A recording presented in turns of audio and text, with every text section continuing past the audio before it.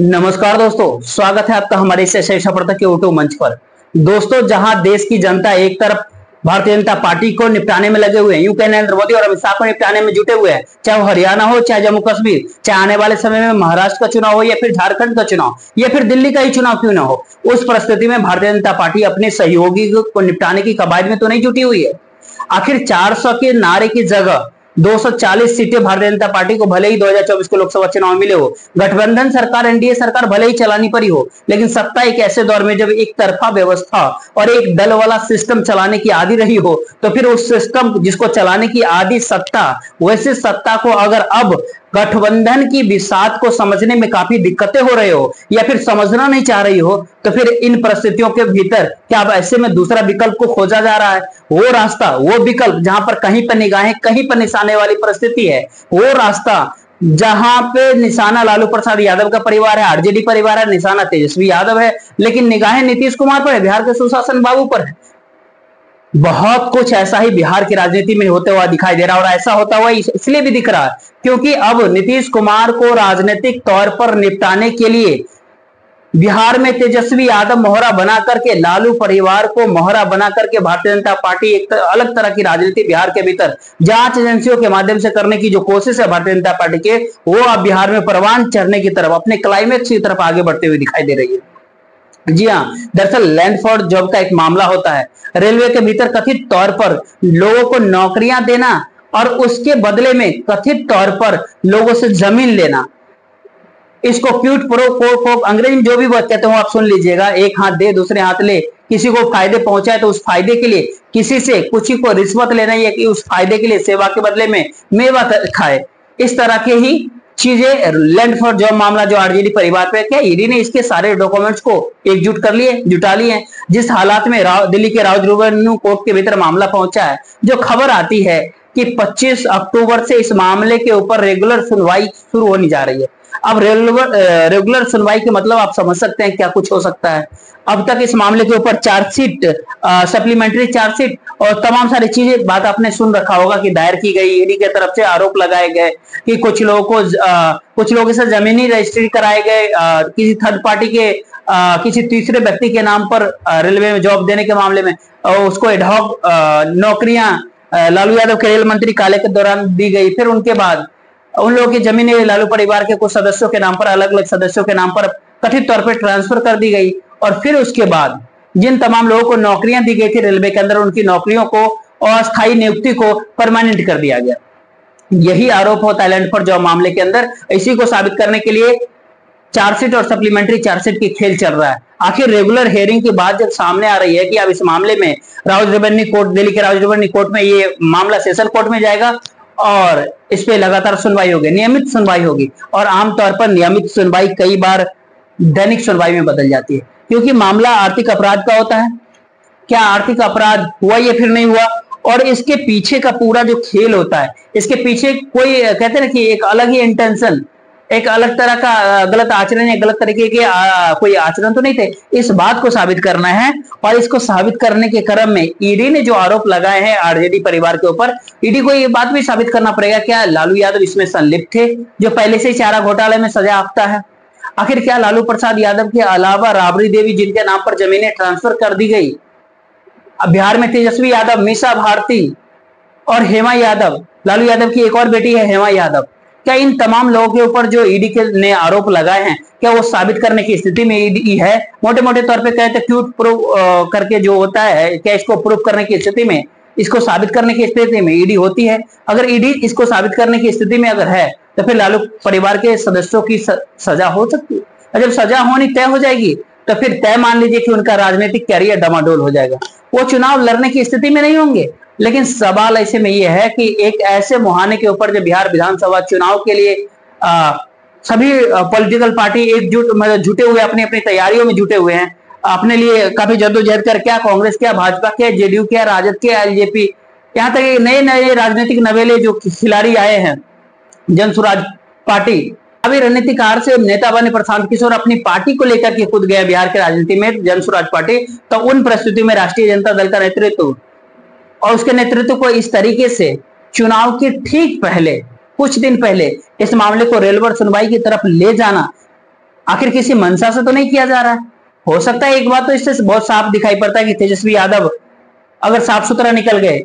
ED उनके ऊपर आरोप साबित नहीं कर पाए, तो बिहार में तेजस्वी यादव के राजनीतिक रथ को रोक पाना किसी के लिए भी, हर पॉलिटिकल पार्टी के लिए लगभग असंभव सा हो जाएगा। और तेजस्वी यादव अगर पाक साफ नहीं हो पाए, अगर उनको सजा हो गई, तो आपको पता है कि उनके राजनीतिक करियर पे ग्रहण लग जाएगा, जैसे राजनीतिक करियर पे लालू यादव को ग्रहण लग गया था। अगर सवाल ये होता है कि तेजस्वी यादव को निशाने पे रख करके आखिरकार नीतीश कुमार को कौन सा निशाना साधा जा रहा है। अगर भारतीय जनता पार्टी तेजस्वी यादव की जगह, बिहार की राजनीतिक में एक बात है, दो तीन बातें आप समझने की कोशिश कीजिए कि पहली बात तो ये होती है कि बिहार के भीतर नीतीश कुमार का राजनीतिक सर्वाइवल केवल दो तीन लोगों से तय हो जाता है। एक तरफ राष्ट्रीय जनता दल की राजनीतिक ताकत को बिहार के उन वोटर्स को दिखा देने से जिनको राष्ट्रीय जनता दल की सरकार बनने पर काफी शंका होती है। दूसरी तरफ भारतीय जनता पार्टी के खिलाफ यदि नीतीश कुमार राजद के साथ जब भी चुनाव लड़ते हैं बिहार के भीतर, तो भारतीय जनता पार्टी के उस चेहरा को दिखाने से जिससे लोगों को कथित तौर पर यह कहे कि सांप्रदायिकता का एहसास होने लगता है। और इन दोनों चेहरों के आश्रय एक तरफ भारतीय जनता पार्टी पिस जाती है, तो दूसरी तरफ राष्ट्रीय जनता दल पिस जाती है, बीच में जेडीयू मलाई खाती है और नीतीश कुमार को, सुशासन बाबू को सत्ता की, कहते हैं सत्ता पे सीट्स पे काबिज होने के लिए कंपटीशन चलता है। आखिर पालकी कौन ढोएगा, हम ढोएंगे तो हम ढोएंगे, यानी नीतीश कुमार कुर्सी पे बैठेंगे, उसके पांव पकड़ कर कौन बैठेगा, तो आरजेडी और बीजेपी, कभी ये तो कभी वो। अब नीतीश कुमार, लालू यादव की मजबूरी है। मजबूरी इसलिए देखिए, नरेंद्र मोदी के सहारे भारतीय जनता पार्टी ने बिहार के भीतर गैर प्रभुत्वशाली पिछड़ा वर्ग की, जिसको आमतौर पर अति पिछड़ा कहते हैं, उसके भीतर सेंधमारी करने की कोशिश कर रहे हैं। काफी हद तक वो कामयाब भी हो जाती है। और जब भारतीय जनता पार्टी उसके भीतर घुस गई थी पिछड़ा वर्ग के अंदर, बिहार के अंदर, तो बीजेपी अगर उधर घुस गई, उत्तर प्रदेश के विधानसभा चुनाव हो गया 2017 का, उसके पहले 2014 का लोकसभा चुनाव हो गया, उसके बाद 2022 का चुनाव हो गया, साफ दिख गया कि उत्तर प्रदेश के भीतर एमवाई यानी मुस्लिम यादव वर्सेस ऑल की स्थिति को पैदा करने में भारतीय जनता पार्टी हद तक कामयाब हो गया, काफी हद तक कामयाब हो गया, जिसके बुत्ते उन्होंने अपने चुनावी सफलता की इबादत लिख दी। लालू प्रसाद यादव को ऐसा लगता है कि बिहार में नीतीश कुमार एक बफर स्टेट के तौर पर, पॉलिटिकल बफर स्टेट के तौर पर बिहार के भीतर, जो एक तरफ नरेंद्र मोदी के उस मास अपील को रोकने के लिए जरूरी है, वहीं दूसरी तरफ जब तक बिहार में तेजस्वी यादव सत्ता के दहलीज तक, यानी ये कहे कि मुख्यमंत्री की कुर्सी पर काबिज नहीं हो जाते, तब तक कोई नई चुनौती बिहार के भीतर नहीं खड़ी हो जाए, तब तक के लिए नीतीश कुमार का मुख्यमंत्री बने रहना बिहार के भीतर एक तरफ नरेंद्र मोदी को रोकने के लिए जरूरी है, तो दूसरी तरफ तेजस्वी यादव के पॉलिटिकल सर्वाइवल और पॉलिटिकल कैरियर के लिए जरूरी है। ये लालू प्रसाद यादव की ये बात होती है, ये स्थिति बिहार के भीतर होती है। भारतीय जनता पार्टी को ऐसा लगता है, नरेंद्र मोदी और अमित शाह को ऐसा लगता है कि अगर बिहार में नीतीश कुमार की सरकार को अगर भाजपा गिराना चाहे तो भी नहीं गिरा पाएगी, क्योंकि राष्ट्रीय जनता दल तो पहले से ही पालकी धोने के लिए तैयार बैठी है, साथ चलने को तैयार बैठी है। तो उसकी मजबूरी ये होती है कि नीतीश कुमार की राजनीति को बिहार के भीतर एन के प्रकार ऐसे ही चलते रहने देना चाहिए बिहार के भीतर, ये भारतीय जनता पार्टी की सोच होती है। अब जब लालू परिवार के ऊपर, आरजेडी के ऊपर लैंड फॉर जॉब के मामले में उसके ऊपर शिकंजा कसा जा रहा है, तो इसके पीछे के पूरी मायने को समझिए तो आपको साफ साफ दिखाई पड़ेगा कि बिहार में तेजस्वी यादव के साथ साथ लालू परिवार का पॉलिटिकल कैरियर, अब अगर इस मामले के ऊपर, अगर तमाम लोगों पर अगर सुनवाई के दौरान अगर आरोप जो उनके ऊपर तय हुए, अगर कोर्ट ने वाकई कुछ पाया कि हाँ इसमें कुछ है, इन लोगों की संलिप्तता है, अगर कोई सजा दे दी कोर्ट ने, तो फिर ऐसे में क्या होगा, फिर तो खेल वही होगा कि एक तरफ लालू प्रसाद यादव की राजनीति करीब करीब खत्म हो जाएगी, वहां पर भी लड़ाई छिड़ेगी। तेज प्रताप यादव कहेंगे कि हम नेता बनेंगे, तेजस्वी यादव की कोशिश होगी कि उनकी पत्नी जो है, तेजस्वी यादव की पत्नी जो ईसाई समुदाय से उनकी पत्नी आती है, वो नेता बने। अब फिर ऐसे में भारतीय जनता पार्टी के पास विकल्प होगा कि यादव समुदाय से आने वाले नित्यानंद राय को जब लालू परिवार का कोई सदस्य लीड करने के लिए स्थिति में नहीं होगा, तो फिर तेजस्वी यादव भी जब नहीं होंगे तो नित्यानंद राय को रिप्लेसमेंट कर सके। और नित्यानंद राय के प्लेसमेंट के लिए जो खुद लालू यादव समाज से नित्यानंद राय, उनके प्लेसमेंट के लिए तब तक के लिए बिहार में एक मतलब स्टॉक अरेंजमेंट की तरह सम्राट चौधरी को भी मोहरा बना करके बिहार के भीतर रख लिया गया है, जो कि कुशवाहा समाज से आते हैं बिहार के अंदर। अब आप समझ सकते हैं कि इन तमाम सारी बातों के लिए लालू प्रसाद यादव की राजनीतिक किनारे लग जाए बिहार में, या फिर ये कहे कि आरजेडी के राजनीतिक जब बिहार में किनारे होंगे तो नीतीश कुमार पर राजनीतिक तौर पर नीतीश कुमार को निपटाना भारतीय जनता पार्टी के लिए आसान हो जाएगा, क्योंकि यादव पॉलिटिक्स में भारतीय जनता पार्टी तब तक नहीं घुस सकती जब तक लालू परिवार का राजनीतिक वजूद बिहार के भीतर कायम है। और इसी वजूद के ऊपर प्रहार करने की दिशा में भारतीय जनता पार्टी जांच एजेंसियों के माध्यम से, ईडी और सीबीआई के माध्यम से बिहार के भीतर आगे बढ़ने की कमान संभाल ली है। इस देश में भ्रष्टाचार के हजारों मामले होते हैं, लेकिन जो तेजी लैंड फॉर जॉब के मामले में दिखाई देती है, जिनको फंसाया नहीं जा सकता, जिनके खिलाफ सबूत नहीं मिल रहे, मसलन महाराष्ट्र के भीतर अनिल देशमुख, संजय राउत और दूसरे तमाम सारे लोग, दिल्ली के भीतर अरविंद केजरीवाल और भी कई सांसद हो, उन तमाम लोगों के साथ क्या हुआ? जिस मामले में लाख प्रयास के बावजूद भी सभी सबूत मिलना मुश्किल है, उस मामले के भीतर तो गिरफ्तार किया जा रहा है।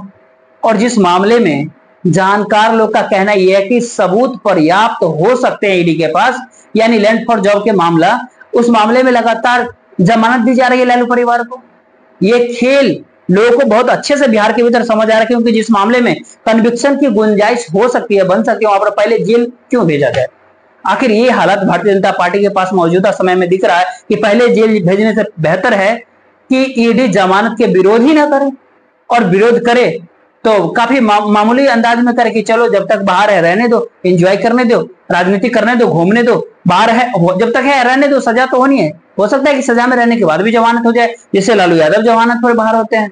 आखिर सजा मिलने के बाद चुनाव नहीं लड़ पाएंगे, यही होगा। लेकिन ऐसे करने के बाद बिहार में नीतीश कुमार के सुशासन बाबू के हाथ झटकने की स्थिति में भारतीय जनता पार्टी आ सकती है। बिहार की राजनीति में जब नीतीश कुमार के हाथ झटकने की स्थिति में अगर भारतीय जनता पार्टी आ सकती है बिहार में, तो दूसरी बार होगी बार्गेनिंग होगी लालू प्रसाद के साथ कि लोअर कोर्ट से सजा हो गई। अगर अब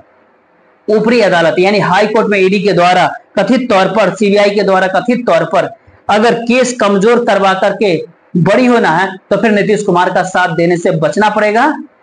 और बिहार के भीतर सीधा सीधा भारतीय जनता पार्टी को लड़ने दिया जाए चुनाव। लालू नीतीश कुमार लड़े, त्रिकोणीय मुकाबले के हालात बिहार के भीतर बनाए जाए, बिल्कुल 2014 के लोकसभा चुनाव की तरह। आखिर त्रिकोणीय मुकाबला, इसी बात के लिए पूरा का पूरा खेल पर्दे के पीछे से खेल चलता है। इतनी तेजी आपने कभी नहीं देखा होगा, खास करके भारतीय जनता पार्टी के नेताओं के ऊपर जो आरोप है, उनके यहाँ जो ईडी पहुंचते हैं, वो तमाम सारे नेता जो दूसरे पॉलिटिकल पार्टी में थे, बाद में भारतीय जनता पार्टी में शामिल हो गए, उनके यहाँ जो ईडी पहुंची थी, ईडी कृपा से भाजपा ही बन गए, वो भाजपा की वॉशिंग मशीन में धुलने चले गए। उन तमाम लोगों का केस का क्या हुआ आपको पता है? ये पूरा का पूरा खेल काफी आसानी से आज के दौर में सबको समझ में आ रहा है कि निशाना बिहार में तेजस्वी यादव भले है कि निगाहें नीतीश कुमार के ऊपर है बीजेपी का, कि अब बहुत हो गया। नरेंद्र मोदी अपने सत्ता के पीक पर होते हैं, जब अपने सत्ता के पीक पर थे नरेंद्र मोदी, तब भी नरेंद्र मोदी के लिए बिहार में नीतीश कुमार को हटाना बड़ा मुश्किल था। अब तो खैर तमाम सारी चीजें जो बिहार के भीतर चुभ रही थी भारतीय जनता पार्टी के, अब तमाम कोशिश के बावजूद बिहार और पश्चिम बंगाल के भीतर भारतीय जनता पार्टियों के नरेंद्र मोदी का सत्ता कायम नहीं हो पाया। भाजपा का मुख्यमंत्री शपथ लेने के हद तक आगे नहीं बढ़ सका। और इस नासूर के साथ अगर नरेंद्र मोदी उनकी राजनीतिक विदाई अगर हो जाती है, फिर नरेंद्र मोदी को, अमित शाह को कहीं ना कहीं ये चुभता होगा कि एक ऐसी टीस होगी ना बिहार और झारखंड को, बंगाल को लेकर के, जिसको आगे लेकर के काफी बातें होगी। लेकिन तमाम है कि इस टीस में से बंगाल ना आए ठीक है, लेकिन बिहार ही आ जाए, इस बात की कोशिश करने में क्या दिक्कत है? नीतीश कुमार के सांसद किसके साथ जाएंगे, ये बात कहा नहीं जा सकता। भारतीय जनता पार्टी हो सकता है कि प्रोत्साहन करने के लिए कुछ दूसरा इंतजाम करे लोकसभा के भीतर, लेकिन नीतीश कुमार को बिहार में निपटाने के लिए बिहार में तेजस्वी यादव या लालू प्रसाद यादव बैसाखी के रूप में खड़े नजर आते हैं। लालू प्रसाद के सदस्य अगर राजनीति से किनारे कर ले और भारतीय जनता पार्टी सीधे नीतीश कुमार का मुकाबला करने में बिहार के भीतर पहुंचे, ये हालात कमोबेश जब बनाने की कोशिश है बिहार के भीतर, तो एक बात इसके भीतर आप और ध्यान रखिए, अगर लालू प्रसाद अगर सजा याफ्ता हो जाता है, उनको सजा मिल जाती है, तो यहाँ पर दूसरा एक काउंटर व्यू ये होती है, एक ये भी पहलू हो सकती है बिहार की राजनीति के भीतर, अगर लालू परिवार को सजा मिलती है तो कहीं नीतीश कुमार को ही ना नेता बना दिया जाए बिहार के भीतर आरजेडी की तरफ से, कि जब तक तेजस्वी बरी न हो जाते तब तक बिहार में नीतीश कुमार को मुख्यमंत्री पद पर बनाए रखने के लिए क्यों ना उनके चेहरे पे ही चुनाव लड़ लिया जाए। दूसरा पहलू इस सिक्के का होता है, ये थोड़ी दूर की गोटी होती है, लेकिन फिलहाल इस बात पे आप नजरें गड़ाए रखिए कि 25 अक्टूबर से जो रेगुलर सुनवाई की बातें आ रही है लैंड फॉर जॉब मामले में, अगर रेगुलर सुनवाई हुई तो अंत में यही बात समझ में आता है कि 5, 6, 7, 8 हेयरिंग के भीतर आमतौर पर यह बात तय हो जाता है कि सजा उसको मिलेगी या फिर बरी होना है उसको। आज जमानत मिल गई है और इस जमानत के ऊपर आप मत ध्यान दीजिए। जमानत के पीछे से जो पूरा खेल रचा जा रहा है, पूरा उस चक्रव्यूह को समझ लीजिए। देखते रहिए। आप इस वीडियो को शेयर कर दीजिएगा, वीडियो को लाइक कर लीजिएगा, चैनल को सब्सक्राइब जरूर कीजिएगा। जय हिंद, जय भारत।